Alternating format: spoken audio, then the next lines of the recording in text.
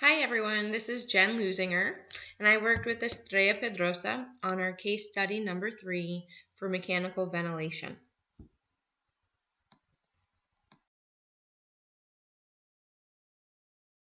A patient is admitted to the ICU with severe necrotizing pancreatitis.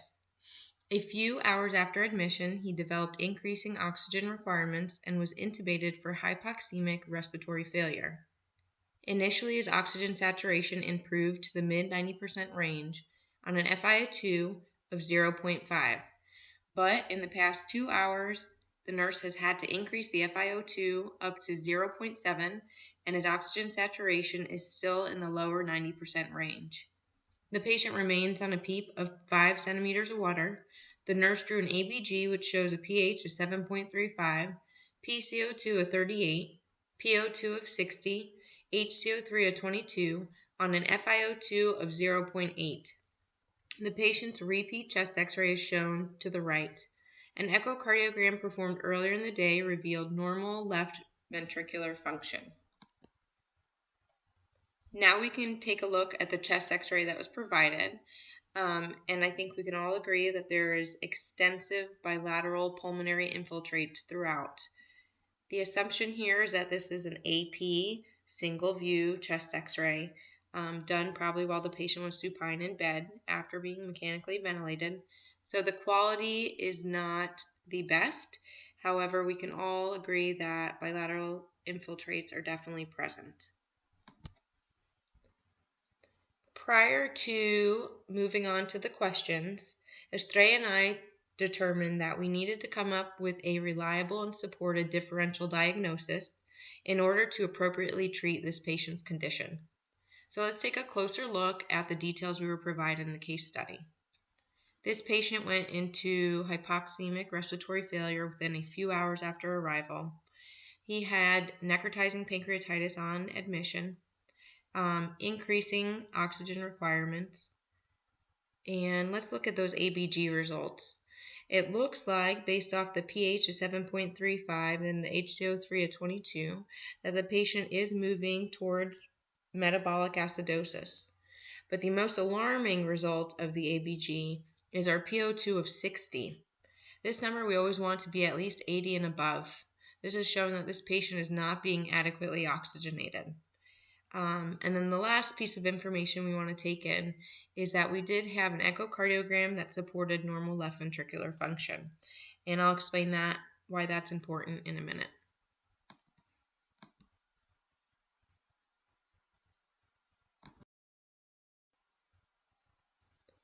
Question number 1. How do you explain his worsening oxygenation status? So, prior to determining what's causing the worsening oxygenation status, we need to discuss further the differential that we came up with, which was that this patient is going into acute respiratory distress syndrome, ARDS. Why? We're going to take a closer look and look at table 23.2 in the ICU book by Marino. It's on page 449 if you want to take a look. There are 5 identified clinical features of ARDS. Number 1 is acute onset. As stated earlier, this patient went into acute respiratory failure within a couple of hours of arrival. So it definitely satisfies that number 1 criteria. Number 2, bilateral infiltrates on the frontal chest x-ray. We were just handed that when we looked at the repeat chest x-ray done post-intubation. Number 3, the ratio of PaO2 over FiO2 is to be less than or equal to 300 millimeters of mercury. And that number, if you put our PaO2 of 60 over our FiO2 of 0.8, that's what it was at the time of the ABG draw, that ratio comes out to 75. So this is indicative that this patient is in severe hypoxemia. So we definitely satisfy that criteria. Next, we have number 4, no evidence of left heart failure or fluid overload. And that was supported by the echocardiogram done earlier in the day, stating that there was normal left ventricular function.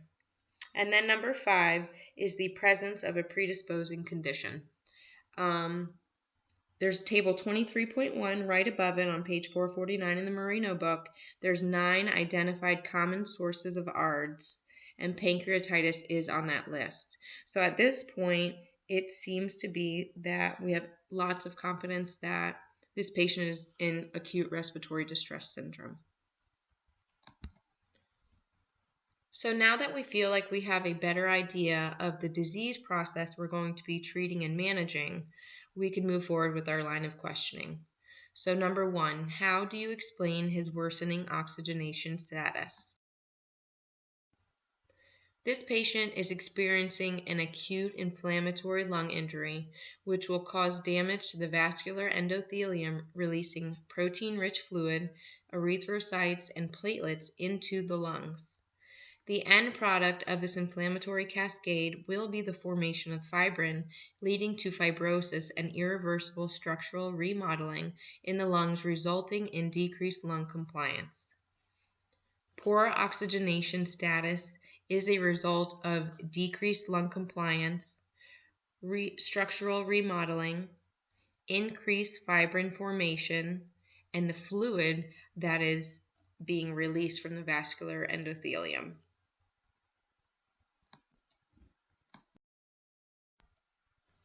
Question number 2 is, what can we do to improve his oxygenation?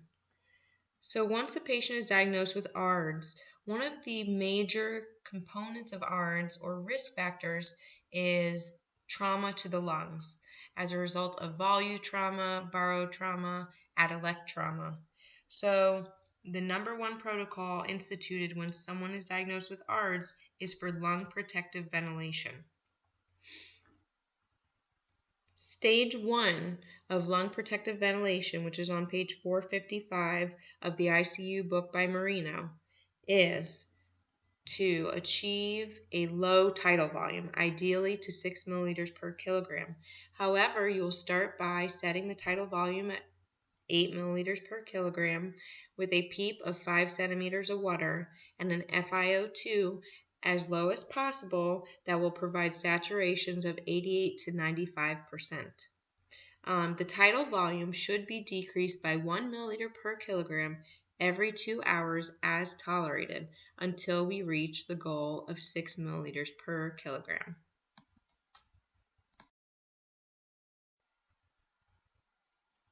Number 3, what other changes should you consider making in the ventilator settings? Since we determined earlier that this patient's PaO2 and FiO2 ratio is 75, he is also a candidate who may benefit from increased PEEP. Marino states that increased PEEP levels have been linked to a shorter use of mechanical ventilation and a slight increase in ARDS survival. The higher PEEP levels in this patient's case will help promote adequate arterial oxygenation and ideally allow for a reduction in the FiO2, which above 0.5 is considered toxic levels, and this patient is already up to 0.8 at the time we drew the ABG. At this point for this patient, we're hoping we can promote oxygenation while preventing the risk of volute trauma and biotrauma with the low tidal volume of 6 milliliter per kilogram, and also have increased the PEEP slightly to limit the risk of Adaleckt trauma. Stage 2 of our protocol for lung protective ventilation in ARDS is to measure our plateau pressure. This pressure is measured during the inspiration pause and is the amount of pressure applied on the smaller airways in the lungs. If this number is greater than 30 centimeters of water, volute trauma can result from the overdistension of the alveoli. In order to reduce this number to achieve a less than 30 centimeter goal, we are able to manipulate the tidal volume settings even further and go down by 1 milliliter per kilogram until the plateau pressure is less than 30 centimeters of water or tidal volume reaches 4 milliliters per kilogram. Following the manipulation of all of these mechanical ventilator settings, this is a very good time to measure our ABG to evaluate for the efficacy of our settings, appropriate oxygenation, and to assess for respiratory acidosis.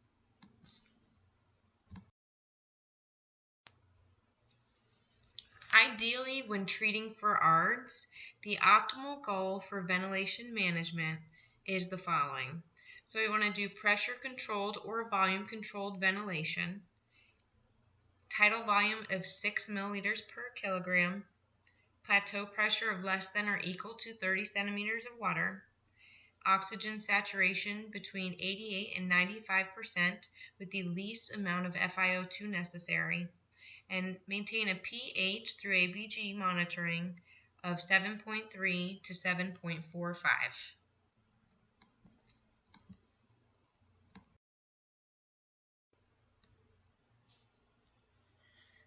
Question number 4. If his oxygen saturation fails to improve despite being on high levels of support, for example, an FiO2 of 1 and 20 centimeters of PEEP, what other options do we have for improving his oxygenation?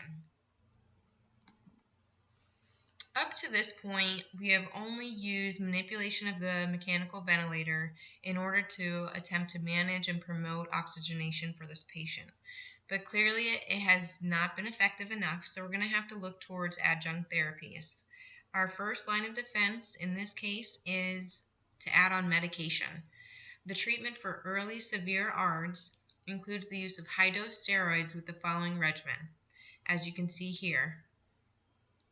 If it doesn't resolve after 7 days, irreversible pulmonary fibrosis will begin to occur, and higher doses of steroids is recommended to prevent its progression. Risks of high-dose steroid therapy include worsening glycemic control and prolonged neuromuscular weakness when combined with paralytic agents. Once pulmonary fibrosis starts, it is progressive, and unless this patient begins to respond to the higher doses of methylprednisolone, the lack of lung compliance will only get worse.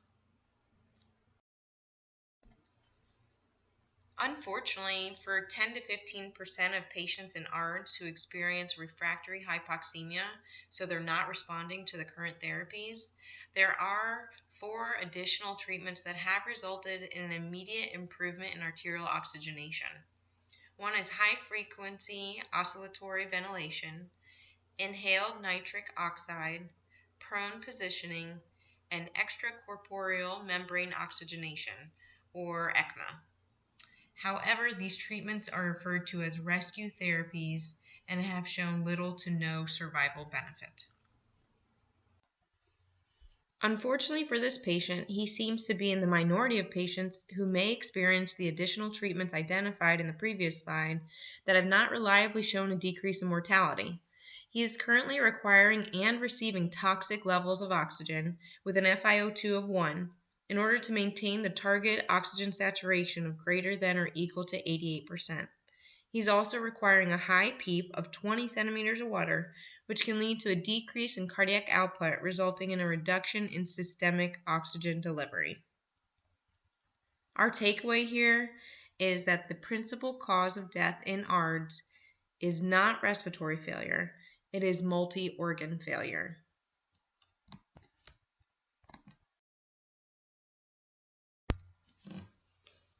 Thanks, guys, for taking a listen to our case study. Hope you enjoyed it, and if you have any questions, feel free to email Estrella or myself, or post to the discussion board. Have a good weekend.